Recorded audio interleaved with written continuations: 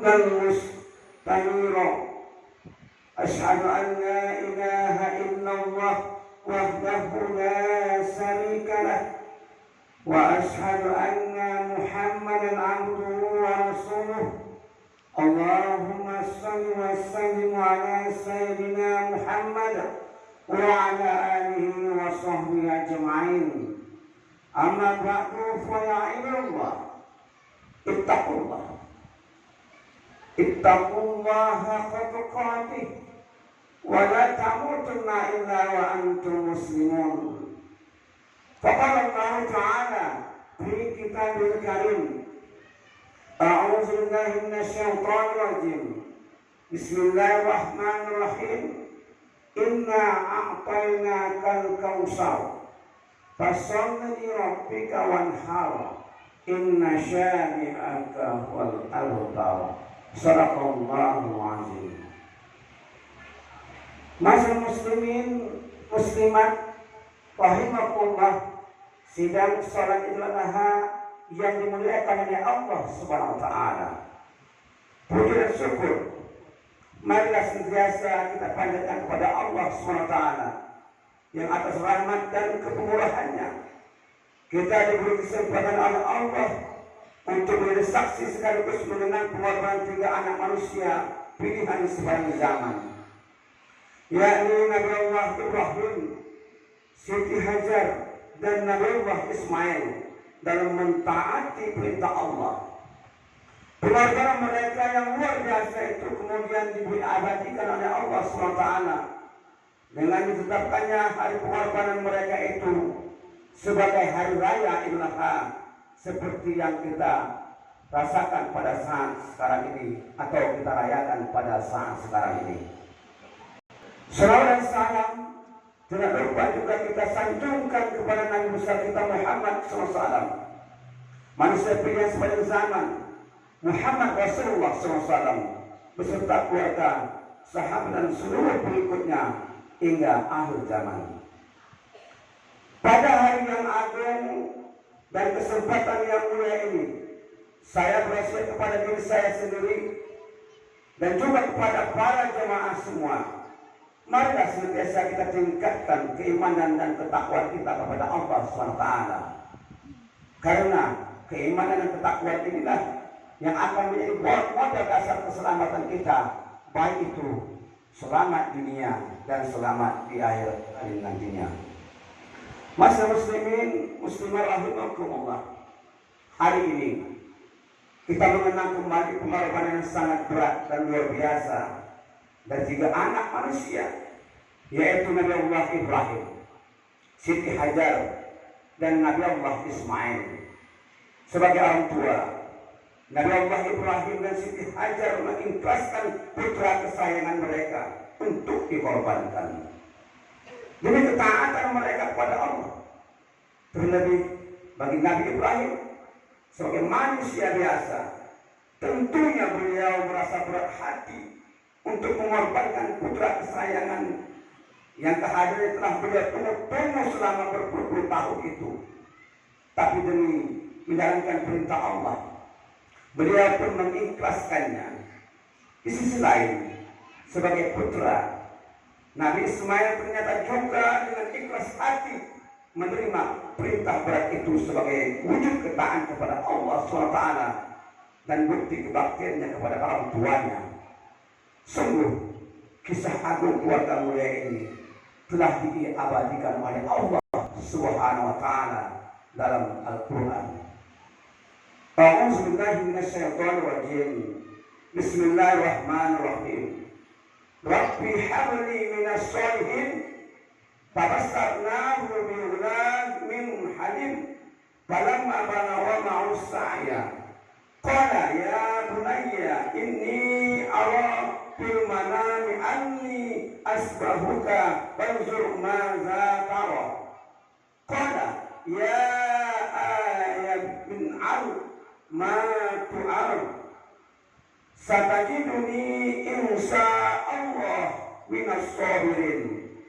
Falamma aslama wa tallahu lil jabin wa nadainahu ay ya Ibrahim Iya. Inna kadzalika najzil muhsinin. Inna hadza lahuwal bala'ul mubin. Wa fadainahu bi dzibhin 'azim wa tarakna 'alaihi fil akhirin salamun 'ala Ibrahim kadzalika najzil muhsinin.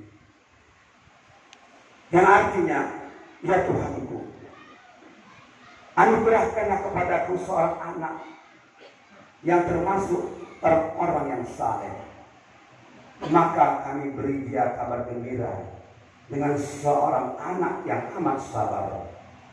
Maka tatkala anak itu sampai pada umur sanggup berusaha bersama-sama Ibrahim, Ibrahim berkata, "Hai anakku, sesungguhnya aku melihat dalam mimpi bahwa aku menyembelihmu.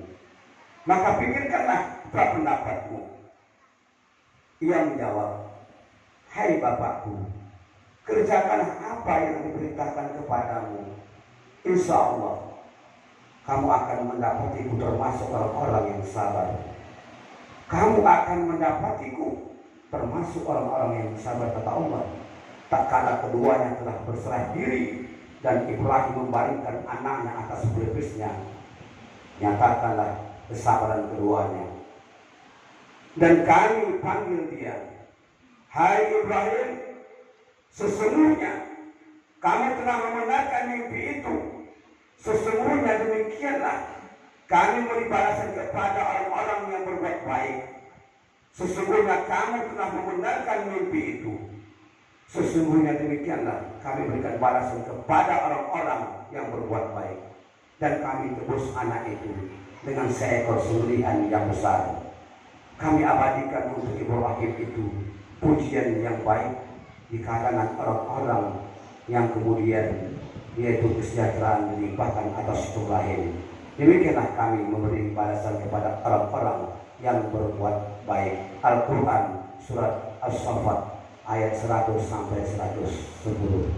Ini penjelasan atau firman Allah yang diabadikan dalam Al-Quran. Allahu Akbar, Allahu Akbar, Allahu Akbar, walillahil hamd. Masa muslimin wal muslimat rahimakumullah, sidang salat Idul Adha yang dimuliakan oleh Allah Subhanahu wa taala. Begitulah pengorbanan dan ketaatan Nabi Ibrahim yang luar biasa itu diabadikan oleh Allah Subhanahu wa taala untuk umat manusia sepanjang masa. Bahkan kita umat Islam kemudian juga disyariatkan berkorban oleh Allah Subhanahu wa taala. Bedanya, kalau Nabi Ibrahim dulu diperintahkan oleh Allah untuk mengorbankan putranya, tapi kita umat Islam hanya diperintahkan oleh Allah untuk mengorbankan sebagian rezeki dan keluasan yang kita miliki dan bentuk kambing, sapi, unta, dan hewan-hewan korban lainnya.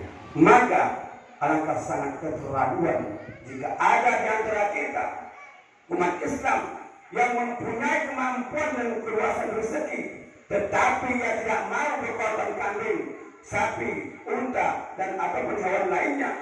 Sementara Nabi Ibrahim dulu, beliau rela mengorbankan putranya demi memenuhi perintah Allah SWT. Karena itulah Rasulullah SAW mengecam keras orang-orang yang mempunyai kemampuan untuk berkorban, namun mereka tidak mau berkorban. Beliau menegaskan dalam sabdanya, "Man kana lahu sa'atun falam yudakhi falyamut insa ayahudiyan wa insa anasraniya." Wa fi riwayah, "Man kana lahu sa'atun falam yudakhi fala yakhrabanna musallana." Barang siapa yang mempunyai keluasan rezeki atau kemampuan, namun dia tidak mau berkorban, maka silakan saja ia memilih mati atau keadaan Yahudi. Maka silakan saja ia memilih mati dalam keadaan Yahudi atau Nasrani. Dalam riwayat yang lain adalah, barang siapa yang mempunyai keluasan rezeki atau kemampuan, namun ia tidak mau berkorban, maka janganlah ia dekat-dekat dengan tempat sholat kami. Itu Rasulullah SAW menegaskan kepada umatnya. Allahu Akbar, Allahu Akbar, Allahu Akbar, walillahil hamd. Masyaallah muslimin wa muslimat rahimakumullah. Sidang salat Idul Adha yang dimuliakan oleh Allah Subhanahu. Sesungguhnya ibadah korban adalah bukti ketundukan sekaligus persembahan kita kepada Allah SWT. Oleh karena itu, hewan yang kita jadikan korban tidak boleh sembarang hewan yang tidak jelas kriteria dan kualitasnya. Logikanya, kalau kita ingin memberikan persembahan kepada seseorang, biasanya kita akan memilih sesuatu yang terbaik untuk kita persembahkan kepada orang tersebut. Maka untuk Allah tentu harus lebih dari itu.